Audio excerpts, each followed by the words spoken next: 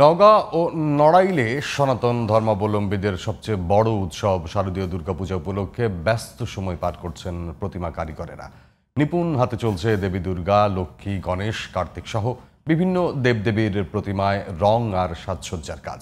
দুর্গোৎসব উদযাপন নির্বিঘ্ন ও শান্তিপূর্ণ করতে প্রশাসনের পক্ষ থেকে নেওয়া হয়েছে সর্বোচ্চ নিরাপত্তা ব্যবস্থা। নওগাঁ প্রতিনিধি আব্দুর রউফ পাভেল ও নড়াইল প্রতিনিধি মাইমুম রুন্টুর পাঠানো তথ্যে বিস্তারিত রিপোর্ট জানাচ্ছেন ফারিয়া হাফিজ নিঝুম। আকাশে সাদা মেঘ আর শুভ্র কাশবন জানান দিচ্ছে শারদীয় দুর্গা উৎসবের বার্তা। 28 সেপ্টেম্বর থেকে মহাষ্টমীর মধ্য দিয়ে শুরু হবে দুর্গাপূজার মূল আনুষ্ঠানিকতা। শারদীয় দুর্গা উৎসবকে কেন্দ্র করে নড়াইলের প্রতিটি মণ্ডপে চলছে শেষ মুহূর্তের প্রস্তুতি। প্রায় শেষ পর্যায়ে রয়েছে প্রতিমা তৈরির কাজও। দিনরাত কাজ করছেন প্রতিমা তৈরির কারিগরেরা। মাটির কাজ শেষ, এখন পলি মাটি দিয়ে রং করব।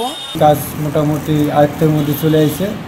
দিন 7-10 মধ্যে আমরা মোটামুটি কাজ কমপ্লিট করব।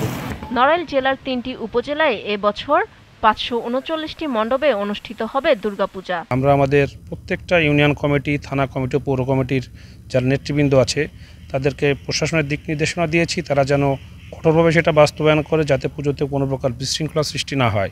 এবং প্রশাসন যথেষ্ট সহযোগিতা করছে আমাদেরকে। আমরা উৎসাহ উদ্দীপনা নিয়ে খুব ধুমধামের সহিত এবারে শারদীয় দুর্গা উৎসব অনুষ্ঠিত হবে। এদিকে নওগাঁর 11টি উপজেলা ও 3টি পৌরসভায় অনুষ্ঠিত হতে যাচ্ছে দুর্গাপূজা। এবছর 799টি মণ্ডপে উদযাপিত হবে পূজা। উৎসবটি সুশৃঙ্খলভাবে সম্পন্ন করতে পূজা উদযাপন কমিটির পক্ষ থেকে নেওয়া হয়েছে নানা ব্যবস্থা।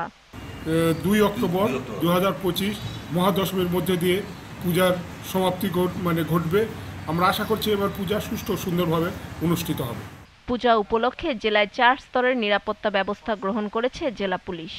সর্বোচ্চ নিরাপত্তা নিশ্চিত করার জন্য যথাসাধ্য চেষ্টা করে যাচ্ছি এবং সেই আলোকে মোতায়েন পরিকল্পনা অলরেডি আমরা রেডি করেছি। ফারিয়া হাফিজ নিঝুম, জিটিভি নিউজ।